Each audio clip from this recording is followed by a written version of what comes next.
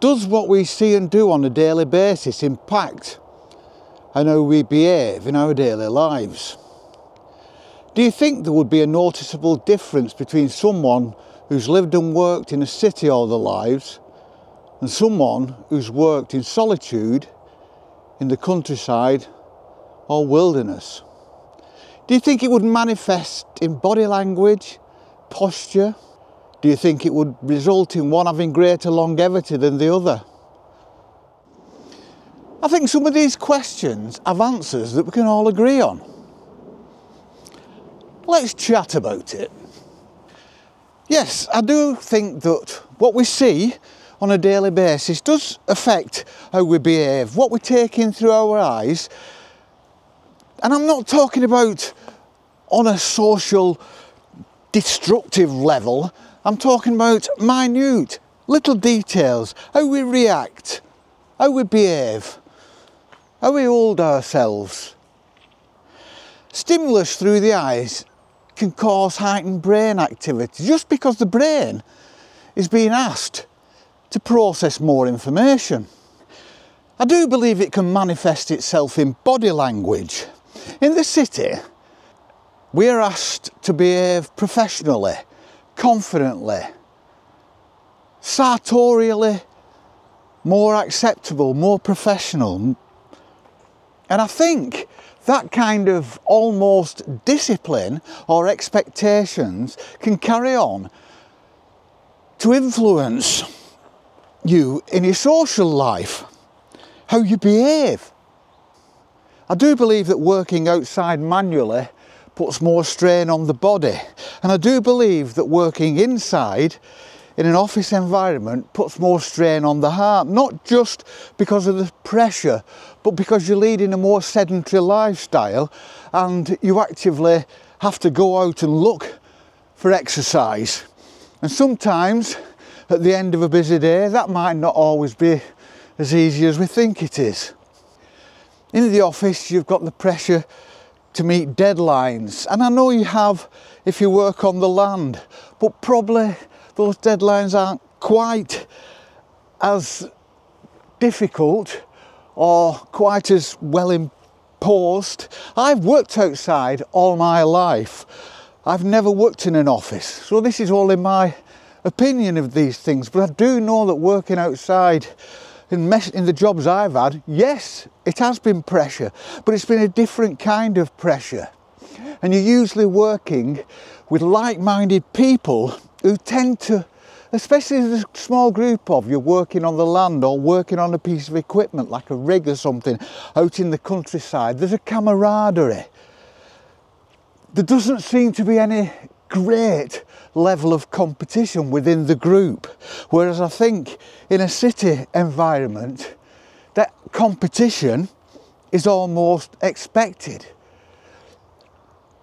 Anecdotal tales of people only getting on in the job, and I think this has been mooted about the police force, if they grass on the colleagues. You can't get on unless you grass on a colleague. This is maybe just an urban myth that's going about at the moment, but that doesn't seem to work as much when you're working outside manually.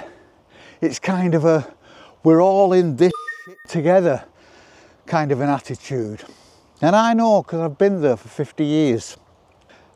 I think working in an office does put you under stress, but it puts your nervous system under stress, it puts your heart under stress, it probably puts your mind under stress, because like I say, it's deadlines, it's more sitting in front of a screen in an environment where you pretty much can't get away. You're in that environment with your working mates, if they are mates, or just colleagues.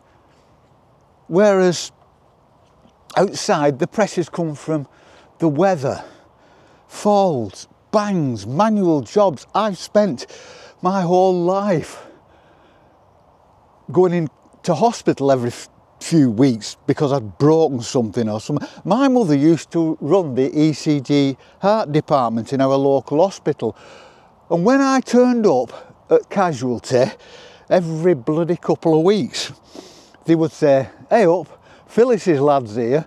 They say, go down to your mum's office and have a chat with her and we'll give you a shout when you're ready for you. That happened. And it was all the time. And it has wrecked my body. All my cartilages are knackered now. I've got back pain. My mother always said to me, cover your back up in your job, otherwise you'll suffer in later life. But of course I was bulletproof, like we all are. So now I suffer. Now my body's wrecked, now my knees are wrecked.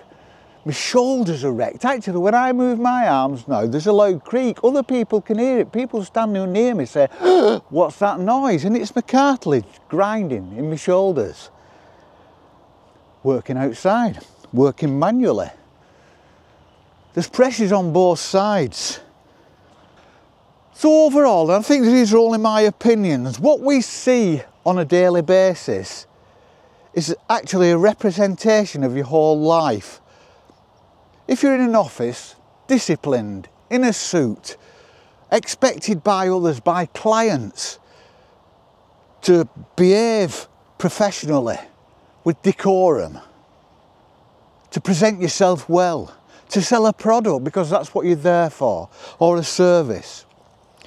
Whereas working outside, out of the public gaze, means you work bloody hard, you graft hard, it knackers you up, but you haven't got societal pressure, you don't necessarily have to present yourself professionally. And I know this, we used to get the job done very well, but we would have fun while we did it. And it would be a raucous Anglo-Saxon swearing environment full of camaraderie and noise and boisterousness.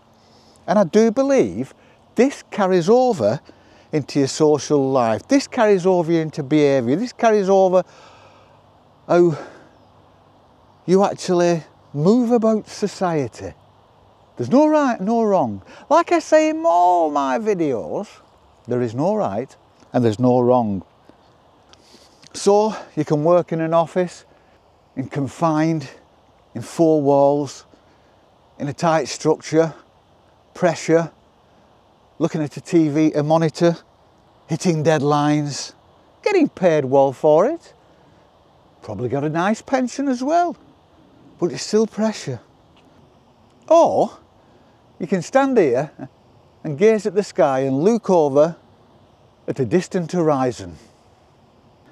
The differences may be very small, but stand two blokes at a bar in a pub and I bet I can tell you which one works in an office and which one works on the land.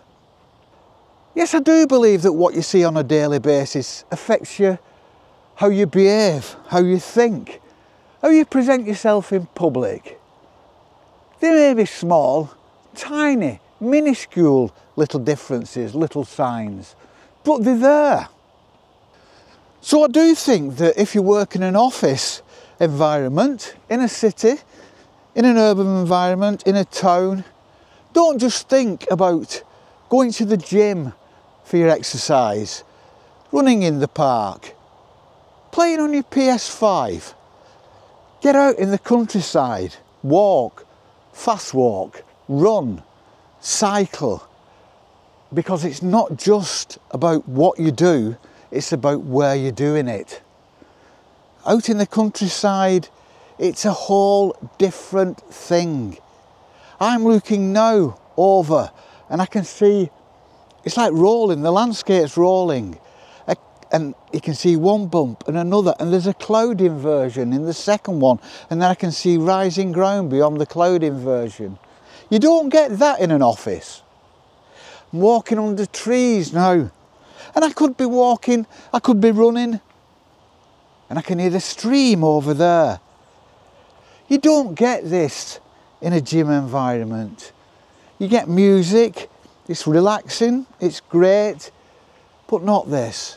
And while you're passing through the landscape, doing your exercise, you're taking in clean air, clean, fresh, unrecycled, never been breathed before air that does you a power of good. And I think that's one thing that's helped me through medical problems that I've had is that I've actually always been outside in nature, and the environment, the lack of stress when I'm out here, breathing in that air, I really do think that helped me on my way to recovery, both from having a heart bypass and from having cancer surgery.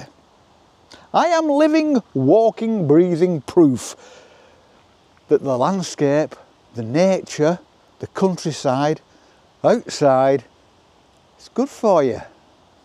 You know I'm talking sense, don't you? So we're going to carry on. It is getting quite busy now out here. We went out yesterday and it was absolutely packed full of people. We've come out fairly early this morning, but yesterday was absolutely packed. And it's getting more and more busy all the time. And in a way I kind of regret that, but I'm the one who's been advocating to get out here, so I can't moan very much, can I? And I love to see people out here, but the landscape and the countryside is changing, it's getting more popular, which is absolutely fine, because there are still places you can find solitude, just as long as the people who come out here respect it. We were here last night at about 8 o'clock, 8:30, and there's a road up to what they call the top barn, like a function place, and it's a long straight road about half a mile long, and it has got speed bumps on it, but there were kids in cars screaming up and down as the sun went down, music blaring out, and you think, well, okay, nobody else is up here, so, well, there are a few people walking, but we can get away from that road. But I just knew that when I came this morning and parked on the car park that they were parked on last night, that it was going to be a mess, and it was. There were food wrappers, pop bottles, beer bottles, smashed bottles, somewhere where people come to walk the dogs. So please everyone, get out here. But respect it. Respect the countryside, because it was here long before we came, and it will be here long after we're gone. We're here for a fleeting moment, and in that fleeting moment we have got to take in as much experience of the world around us as we can. If it's a countryside here, if it's travelling the world, if it's climbing mountains, if it's diving in seas, whatever you want to do, do it. It's no good when you get to my age, at 70, I can still do things, but a lot of things I can't do. I can't climb those peaks anymore like I used to do. Or I can, but it wouldn't be enjoyable because my heart would be playing up and my limbs would be playing it, but I'd done it. And I did it for 50 years until I had my heart attack. And I did it after my heart attack. I did it right up to having cancer. But I can't do it anymore, but that's all right because I've done it. It's in the memory bank. So put as many things into your memory bank as you possibly can. You will have tales to tell. And there's nothing better when you're in company, especially your kids' company or your grandkids' company, having tales to tell. They will think you are some kind of hero when you've got tales to tell. But make sure those tales happen. Make sure it's true. Because you're only cheating on yourself if you make it up. So get out, make memories, form tales to tell, and make sure you tell those tales to other people. It's great. That's what life's about. It's a story. Life is just about a story. And if you're lucky enough to live as long as I have, then you'll have lots of stories.